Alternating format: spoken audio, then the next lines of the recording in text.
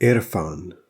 Although Irfan is sometimes translated as gnosis, I would caution against confusion with ideas associated with early Christian Gnosticism. Christian Gnosticism is believed to have its origins in the 2nd century.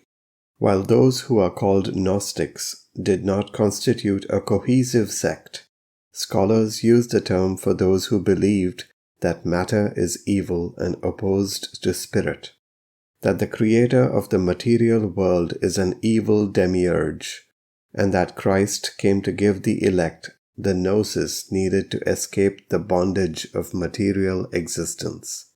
Sometimes, the term is used with a broader, more inclusive meaning, but to avoid misunderstandings, it is better to avoid it in discussions of Islam. Among Muslims, the question is often raised of the relationship between Irfan and Sufism. In an article on this topic, Ayatollah Misbah Yazdi directly addresses the question of whether Irfan or Tasawwuf are to be regarded as heretical innovations, permissible innovations, or rather as the very kernel of Islam.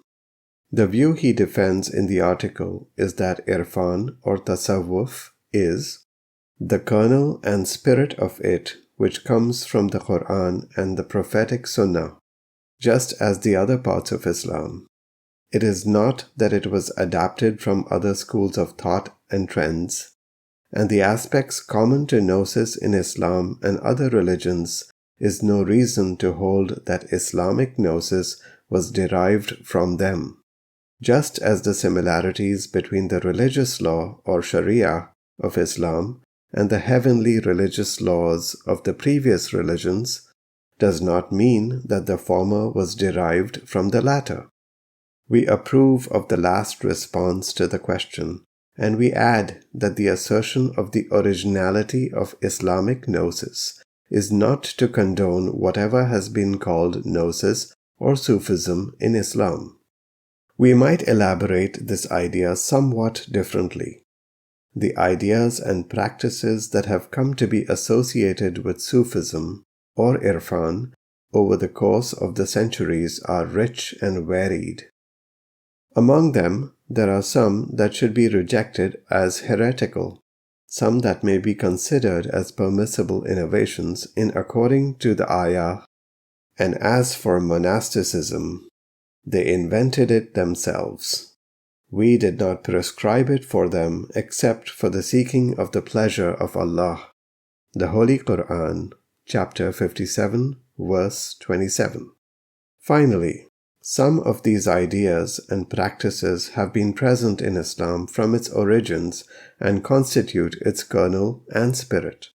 Likewise, with regard to the original elements of Irfan in Islam, some will be developed for the first time by Muslims, some will be found in common with other religions, and some might even said to be reaffirmed by Islam while also found in Jewish or Christian traditions.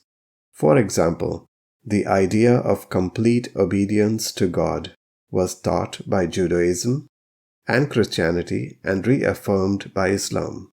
And this complete obedience is one of the elements of practical Irfan. Irfan means knowledge, and knowledge can be of various types. The Muslim philosophers have divided knowledge into ilm al-huduri, or knowledge by presence, and ilm al-husuli, acquired knowledge. Knowledge by presence is what is directly known through one's experience of the object, while ilm al-husuli is representational or conceptual knowledge.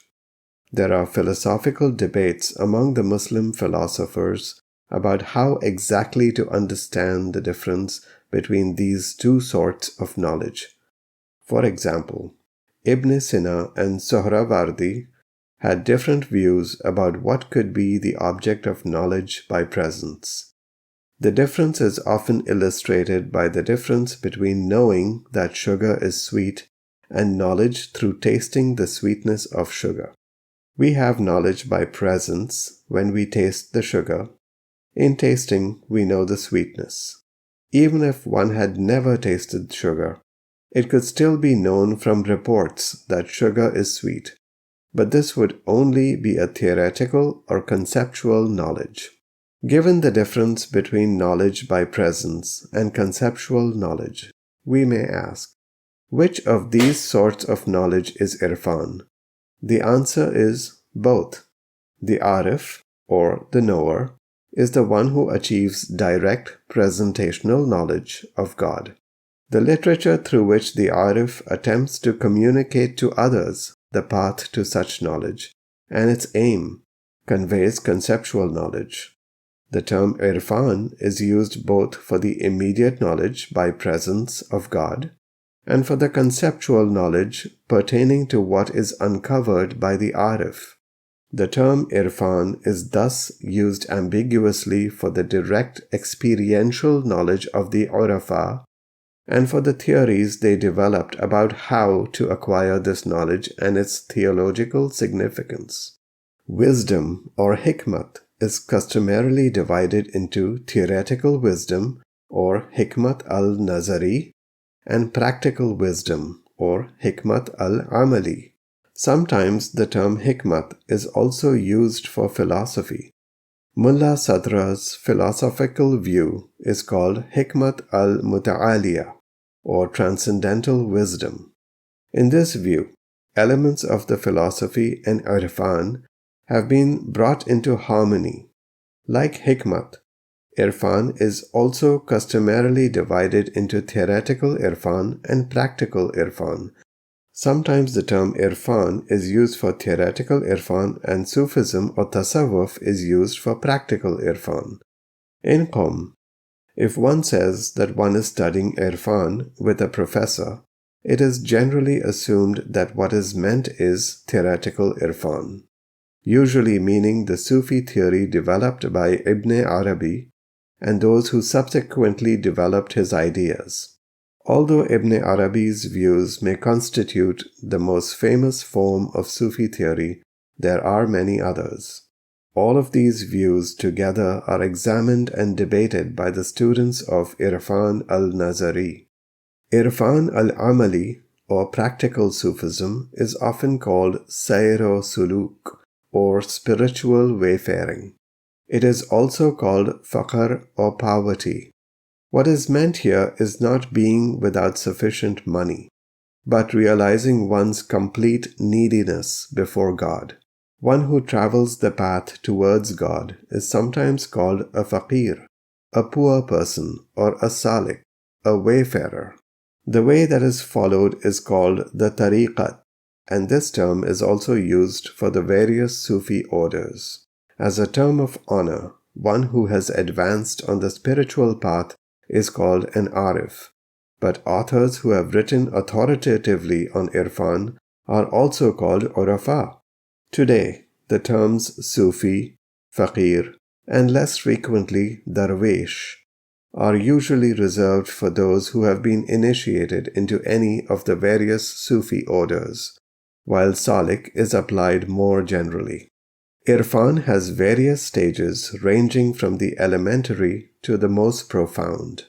Practical Irfan or Tasawwuf is the way by which a person moves from the superficial to the profound, from the exoteric to the esoteric, from the exterior to the interior, from Zahir to Batin. Sufis have compared this movement to the polishing of a mirror.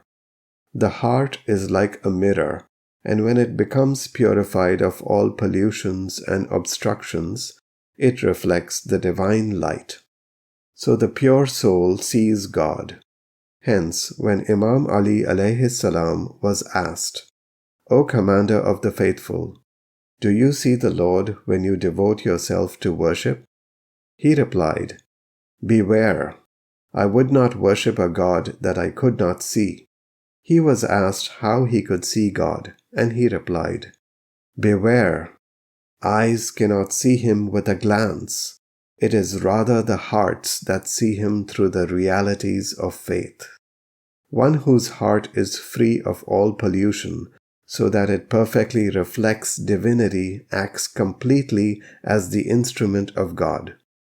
so that he becomes a locus of the manifestation of the divine attributes. So, in reading about the life of Imam Ali alayhi salam, we find his knowledge a reflection of God's knowledge, his self-control a reflection of God's power, his mercy towards his opponents a reflection of God's mercy on sinners. This point is explained well by a contemporary Muslim author. According to Islamic mysticism, one's knowledge of God as the most beautiful and perfect being and the source of all good things that one has, and successively one's love for God, who is love and mercy, gets so strong and encompassing that it will occupy all of one's heart. At the same time, knowledge of one's weakness and deficiencies in front of God gets so intensive and deep that finally he will feel emptiness and nothingness.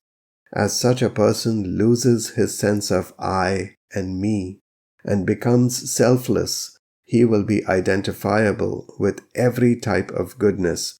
From nothingness, one reaches the position of everythingness. He will feel no limitation or restriction.